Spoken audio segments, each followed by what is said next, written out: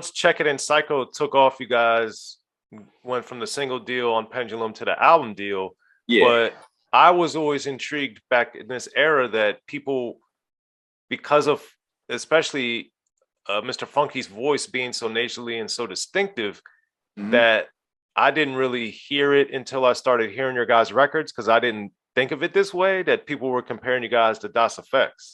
So, because I didn't think you guys sounded anything like them, not only tonally, the way you guys rap, or they rapped, I should say, right. but also the production was very different. It was totally a solid scheme with D.O.C. and you guys having Marley. So I didn't. And don't forget K-Def.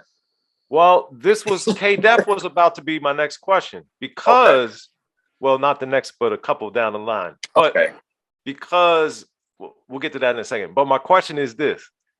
Let me answer the question that you just said. Okay. So, like I said, I had a radio station. So, you know, back in the day, you get the promo copies of things, right? So I'm going through my vinyls and just looking at new shit. And what year was this? Maybe 90, I think, 90. And so I get this record, it's like Das Effect. I couldn't even read it. I'm like, damn, like, what the fuck is it? So I put it on, and the beat comes. I'm like, ooh. And then Dre starts rapping, and I was like, wait a minute. I'm like, that sound like Do It All. So I'm listening, and I'm like, that's fucking Do It All. So I was like, oh shit, like he went and did a record with somebody else, and we in the studio. So I immediately like ran to his dorm, like knocked on the like, I'm like, yo, what's going on with this? Like, what's this? He like, what you talking about? So I'm like, man, you got to listen to this. So I took him to the station. I put it on, and he's like, yo, like, damn, it does kind of sound like me. I'm like, man, that sounds just like you. Not the diggity wiggity, but just the I think the tone of the voices. And is this They Want Effects or a different song? They Want Effects. Okay. So I'm like, damn, it sounds like you. And he's like, yeah, you do kind of sound like me. So that's when we did Here Come the Lords. And so we were kind of talking about that in the beginning. Yeah. Hey, yo, Funky, wake up, turn your radio up. It's us. And then that's, you know, so that's how that kind of started. Because on Here Comes the Lords, the album, the Lords of the Underground album, that is a theme throughout. Excuse me. So many songs directly or indirectly address this. And I always thought it was so odd, because I, as a fan myself, I didn't ever hear that at all. And I was trying to decipher it all the time. I was like, I don't get this. Yeah, and you know, the media, of course, and people like blew it out of proportion. Like, yeah, they got beef like that. Like, we never had no beef with Das. And I you know, back then people had to compare you with somebody. You know, they just had to compare you with somebody. But I'm like we doing funk never wiggity diggity. Like, the whole world was wiggity diggity and all of that. Like, we never ever did that. So. Right. But I think it was just the style of the videos and, you know, the darkness and the undergroundness of it. You know, people just had to associate with something. But, you know, shout out to Das. Those are dudes, man. And, you know, that's just what it was. Gotcha.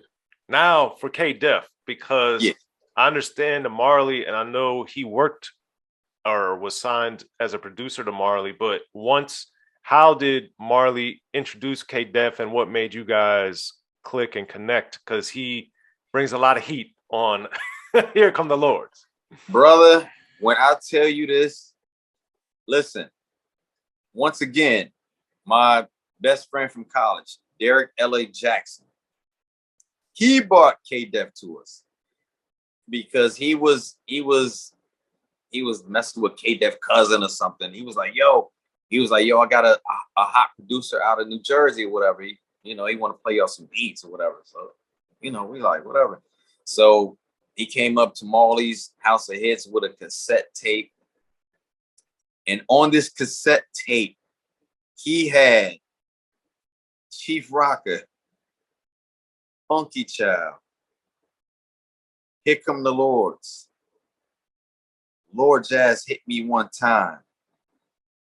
Wow, that's a very impressive tape. On his beat tape. Wow. He had those beats on his beat tape.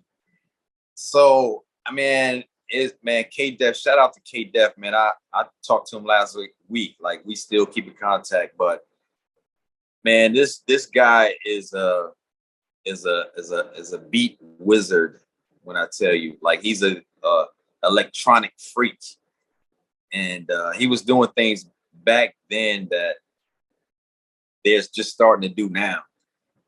Like, man, this guy was, I mean, so dope, as you hear it in the music, and we were very blessed to have K-Def on board. Definitely. And yeah.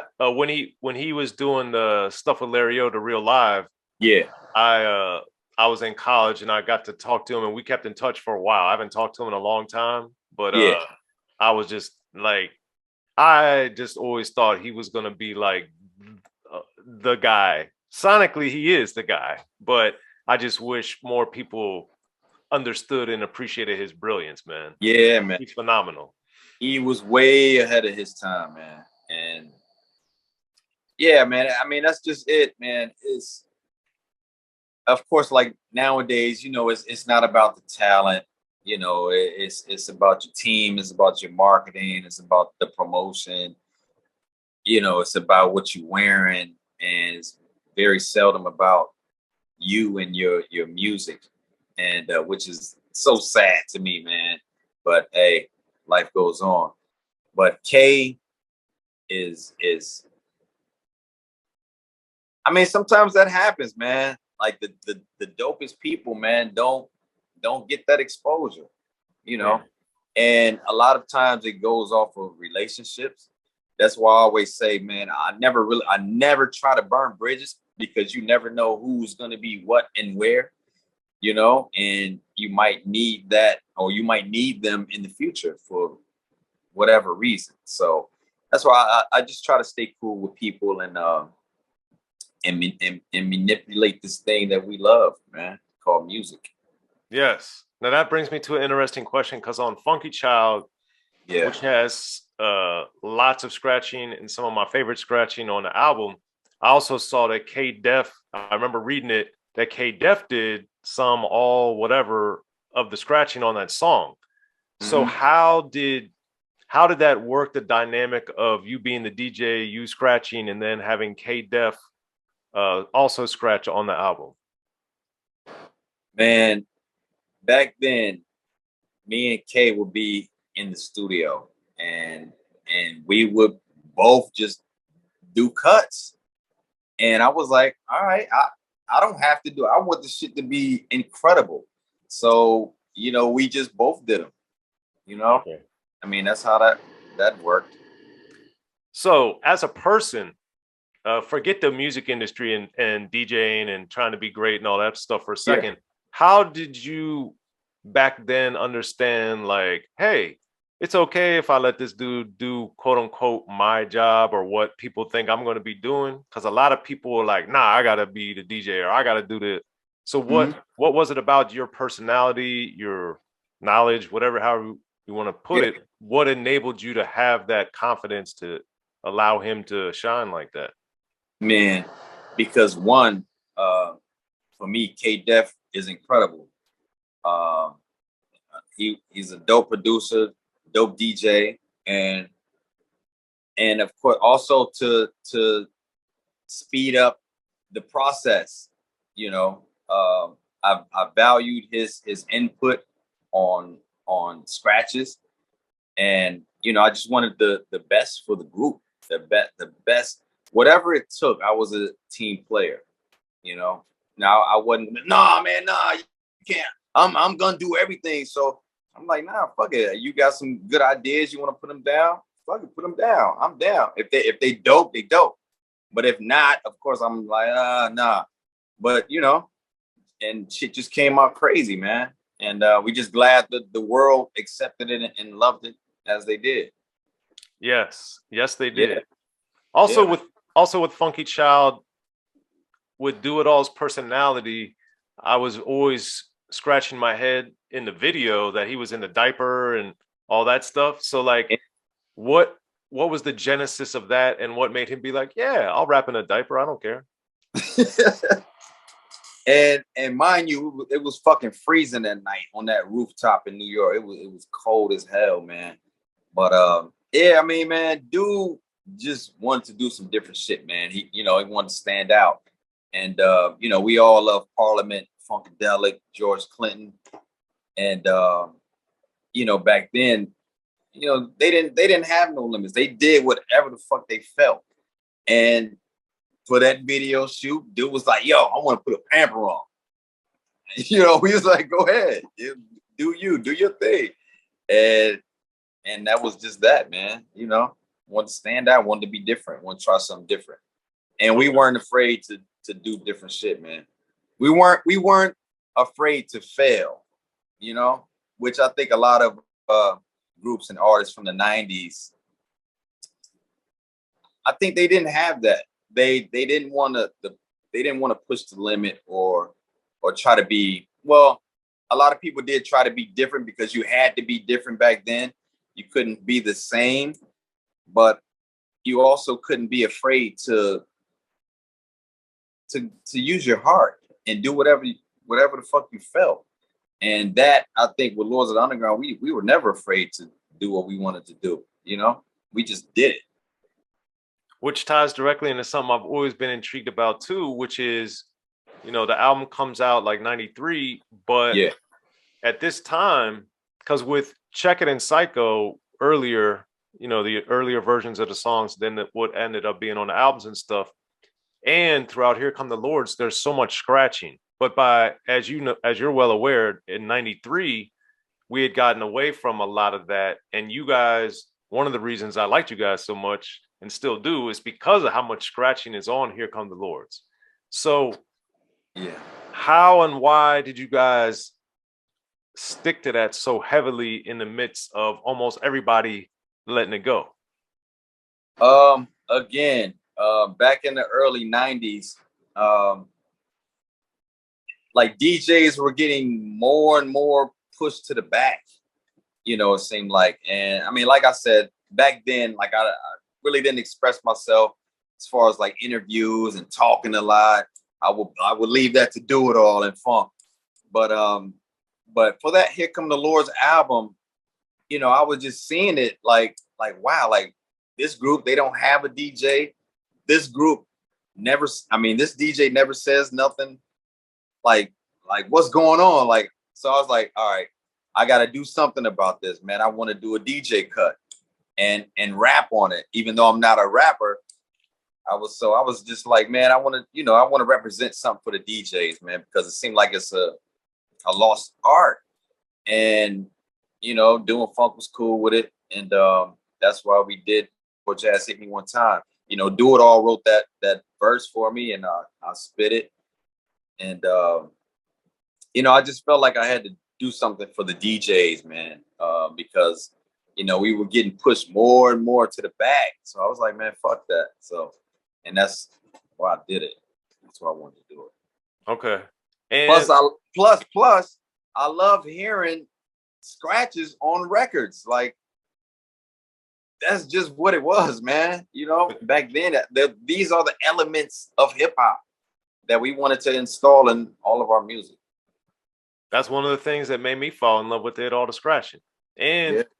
So I was also curious, Lord Jazz Hit Me One Time, but this is also throughout the entirety of Here Come the Lords, or a lot of it. There's a lot of songs that scratch Marley Marl produced songs.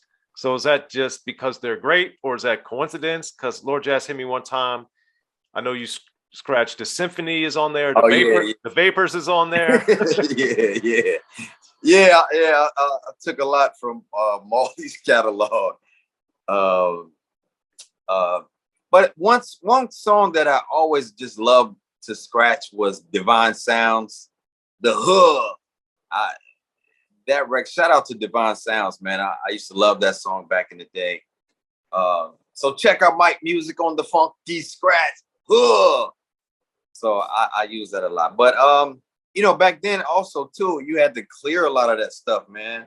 Sometimes it was just too much, and we had to scratch. I did another record, scratch joint, but it was just way too much to get cleared. So I had to scrap it.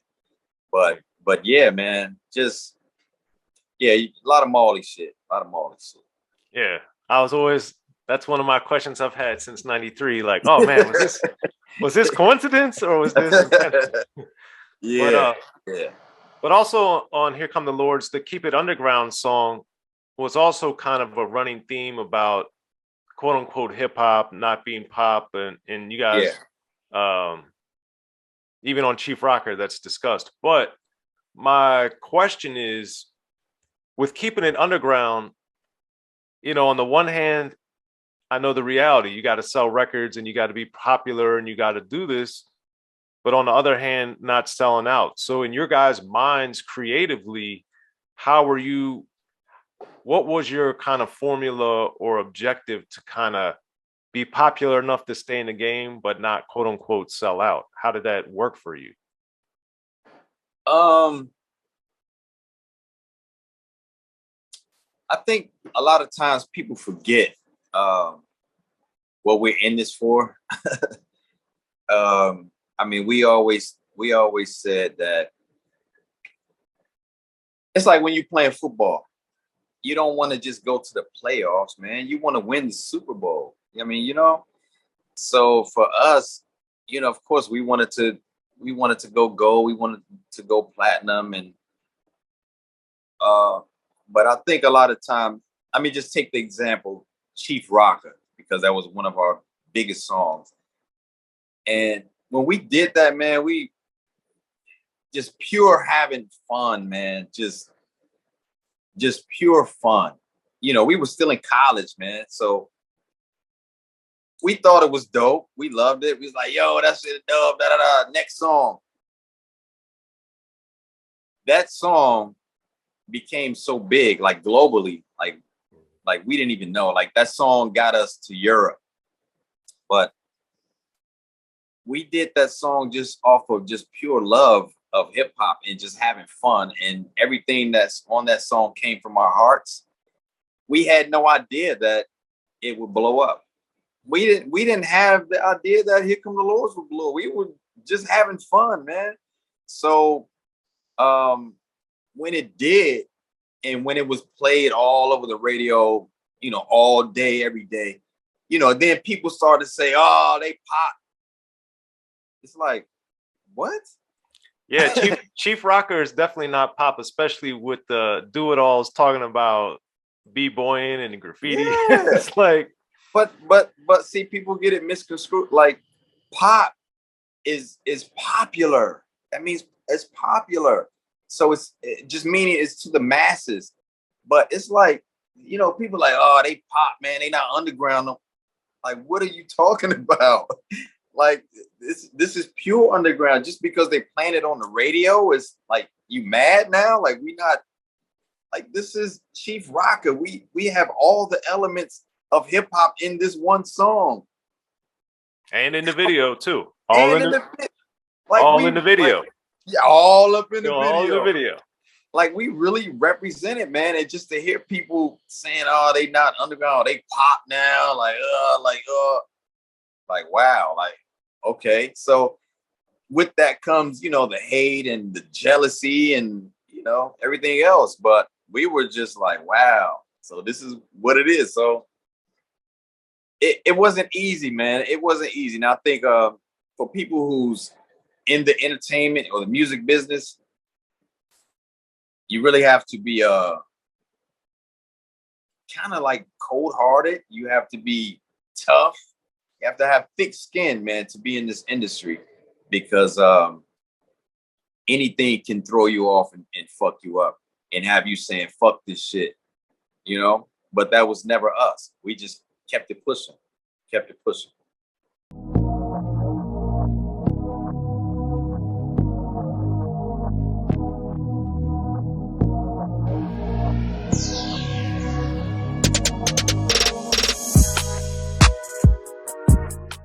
In the beginning, hip-hop was ruled by the East Coast. Then the West Coast rose to prominence thanks to gangster rap. Straight out of Compton, crazy motherfucker named Ice Cube. Hip-hop changed the world. Gangster rap changed the narrative. I'm representing for the gangsters all across the world. And then changed the world again. Cause I'll come and take your life away. The history of gangster rap features unheard stories, unseen photos and documents, all with exclusive interviews from the founders and players who shaped gangster rap. I think a real gangster rapper has to scare you a little bit. The history of gangster rap written by veteran rap journalist Soren Baker. In stores now. Yo, what up? This is DJ Quick. Be sure to pick up my homeboy Soren Baker's book, The History of Gangster Rap, if you really want to know what we do.